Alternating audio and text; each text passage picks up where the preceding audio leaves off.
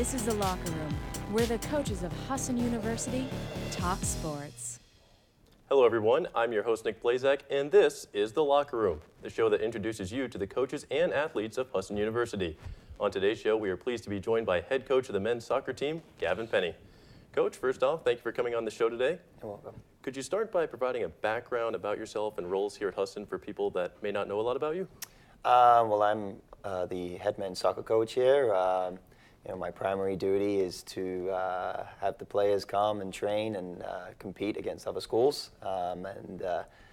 My other duties around the university are event and facility management. My biggest facility is obviously the Jumpy Boucher field that we use on a daily basis. And event management is just being at games, other athletic events around the university when we're out of season. Just to ensure there's a smooth participation during the competition. Growing up in London, England, the nation that evolved soccer into the sport that it is today, as a kid, did it become second nature playing the sport? Yeah, it was probably even bigger than going to school, to be honest. You go to school and every break time, recess there was, lunchtime, there was a ball out in a cage somewhere, just playing against other kids. After school, training or playing in a game for the school, and go home, and before you get the books out and do homework, you're outside juggling or something, or down the park with your mates and kicking the ball around. And yeah, it's just something you do on a daily basis. It's part of life for many kids over there. Always playing pass, working on your skills, and just enjoying the game. In 2007, you moved to the United States to begin coaching in the New York Red Bulls training program. What takeaways did you gain from that experience? Well, first and foremost, just the life and culture that the United States offers. Certainly a dream of mine as a boy. I'd had the chance to go on vacation to Florida, Disney World, every kid's dream. And just looking at that as a way of, wow, I could really have this in everyday life. Not knowing, obviously, that Florida's a lot further away than from the Northeast. For us, it was just, something that I really enjoyed and thought that I'd like to do in the future. And, coming out here, living with a host family in my first year, and probably maybe one of the biggest things was actually working with young soccer players and just kind of seeing the fundamental differences between the level and ability of the players. At specific ages over in Europe as opposed to here, and just kind of seeing where I could be of value, definitely in the soccer community around the nation. A couple of years later, you put your coaching career on hold when you went to Nyack College, where you won 2 conference championships. What challenges did you face in transitioning back from a coach to a player? Oh, good question. That was tough. Primarily as a coach, your job is to watch the big picture, analyze, and try to correct and teach and look for opportunities to help players to improve. Certainly, as a player, you're on the same level as other players, and it's hard to go in. Even when you're captains, I say that to my guys now, the most important part is you don't consider yourself above the rest. And so, it's not about standing on the sideline and yelling, and you're actually in there and getting your hands dirty and doing the work alongside them. So certainly there was some struggles along the way, along with other politics of coming in. I was a 22-year-old freshman and dealing with 22-year-old seniors who'd been there 4 years, and certainly wasn't going to let a freshman come in and run the show. And so certainly that did cause some clash of heads. And going forward from my first season where I didn't play a whole lot of games, I realized that there was certainly I could be of help, in recruiting and whatever else. And so just from a standpoint of not playing, helping out with the details with the head coach, and just giving the value where I felt like I could, give some input. My sophomore year, obviously, we brought in some players. We ended up winning a conference. Junior year, we were unlucky, and then senior year again, we won the conference. So certainly in my time there, we went from a team that didn't make playoffs to a team that got its first NCAA, bid in the history of the program. I felt like I offered some pretty good value there. Now, over the last couple of years here at Husson, you've been the assistant head coach under Jeff Gettler, who retired this past offseason. How has his tutelage helped you improve as a head coach? Yeah, I mean, massively. Jeff, you couldn't ask for a better mentor than Jeff. He's been in the game a long, long time, and certainly Jeff and I, as we watch the game, would see some differences. Obviously, I'm European, he's not, but he's got a lot of European background in terms of education, so he knows what he's doing. As a young, naive coach, I would say there were things that I would want to do, or would say, well, if I was head coach, I would probably do this, and some of them, Jeff let me have a go, and didn't quite work. And that's just Jeff's experience, just showing, like, listen, yeah, it looks good and it might work, but it's a risk. And Jeff was a very safe coach, knew how to get results, knew how to win games. And I'm more of a riskier coach and like to take risks, and hopefully they pull off.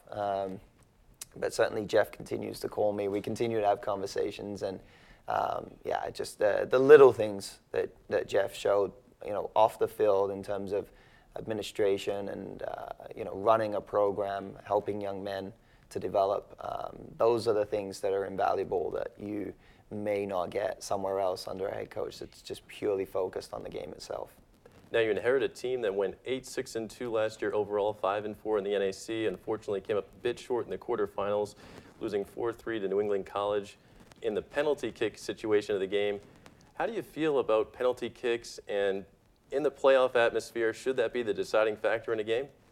Well, a game's got to be won. Of course, there's the old, we could just play overtime forever. But, once you get past 90 minutes, legs are very tired, brains are tired, bodies struggle. So the game's got to be won. And unfortunately, penalty kicks are usually the determining factor. And, penalty kicks is not a big toll on the body. You run up and kick the ball into a net where there's one guy trying to stop you, and 9 times out of 10, it's decided by pressure. Guys are tired, they've got a lot of pressure, and they've got to score goals.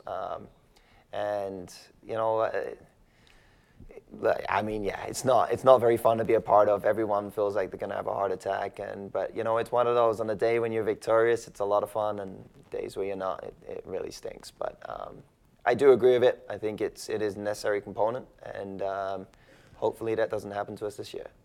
All right. Well, with that, we're just going to take a short break. When we come back, we'll take a look at how the Eagles have been performing this season. Stay tuned.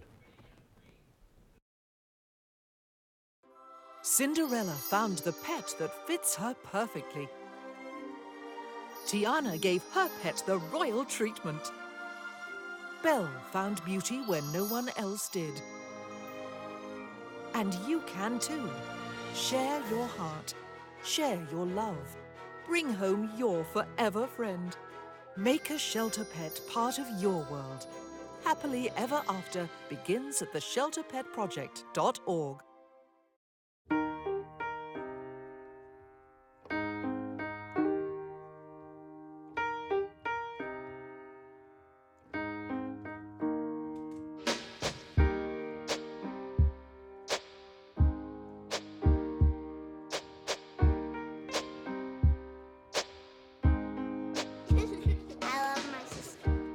Doesn't see race.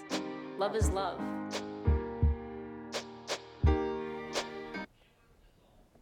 Welcome back to the locker room. I'm your host, Nick Blaszczak, as we continue our conversation with head coach of the men's soccer team, Gavin Penny. Now, Coach, prior to the break, we were talking about your experience as a player and a coach, and we delved into the season finale last year for the Eagles. But moving on to this year, the Eagles were projected 5th in the NAC preseason conference poll. How does that affect your mindset or your team's work ethic? Yeah, I say the same as I told, our sports department or anybody, of a media analyst that wanted to know, how did I feel about 5th? I think the preseason poll is complete nonsense. There's no meaning to it. There's no actually validity that anyone is actually voting how they feel that the conference could unfold. Certainly, teams that have rivalries, one coach might vote a team that's likely to finish at the top down the bottom somewhere. So I don't think it really means anything. Certainly gave us some momentum looking at that and how teams had looked at us as a team that had lost the likes of Phil Frost and Stephen Bereni, Cam Libby, and said, wow, losing Jeff Gettler too, this team has no chance. and it gave us a bit of momentum to prove them wrong. Certainly, we feel like we've done that to a large extent this season, and hoping that we can finish strong and just really, give them an insight as to what we're looking at going forward, in terms of a real rebuilding program who lost a lot of key figures in the last couple of years. So you're certainly the underdogs. Thomas Terriers, they're projected as the favorites. And over the last 7 years, these two teams have been at the top. You look, and it's either been Husson or Thomas, with the Terriers having a 4-3 title lead. Now, when these two teams meet up, would you say that there's no love lost? No, none whatsoever. Obviously, 2 years ago, they came here for the championship game, and we thumped them 4-0, and it was a good feeling to win the championship in such a manner. And last year, we went down to them, and we were 2-0 up with 7 minutes to go, and they put 3 in, which shouldn't have happened, but they did. And I'm sure that gave them a little bit of belief that they could beat us again. And obviously, they came here this year, and we played out a 6-1 loss.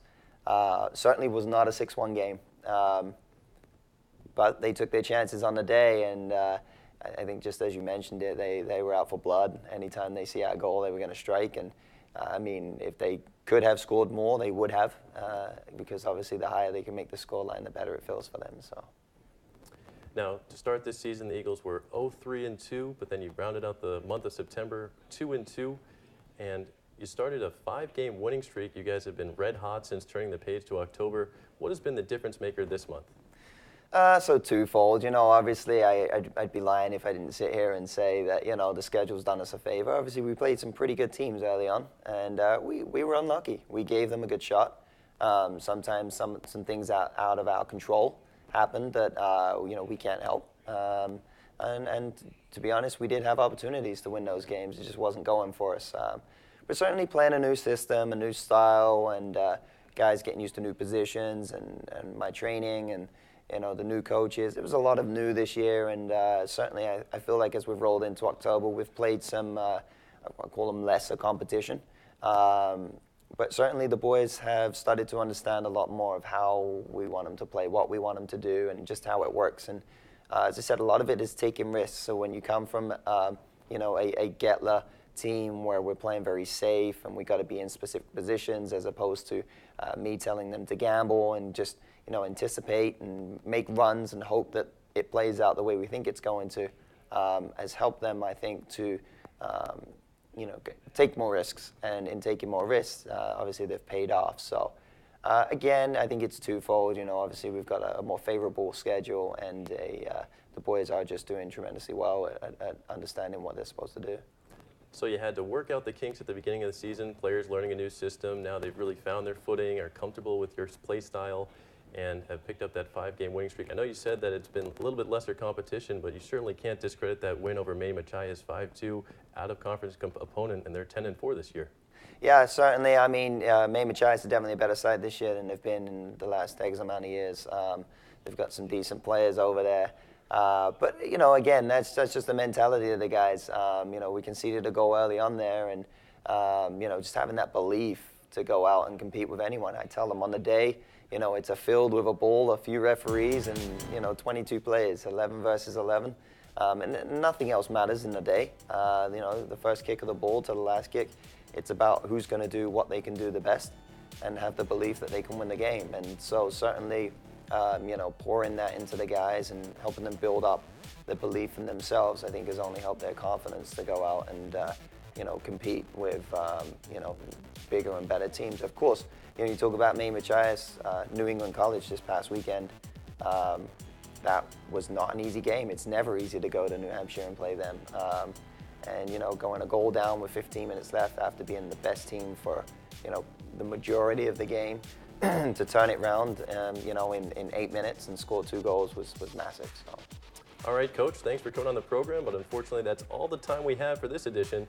We'd like to thank Coach for coming on the show today, and if you'd like to catch up with more locker room information, you can follow us on Twitter at lockerroom_TV. If you'd like to watch any previous episode again or this episode, visit our NESCom journalism channel on YouTube. For everyone working hard behind the scenes, I'm Nick Blaszczak. Have a great rest of your day.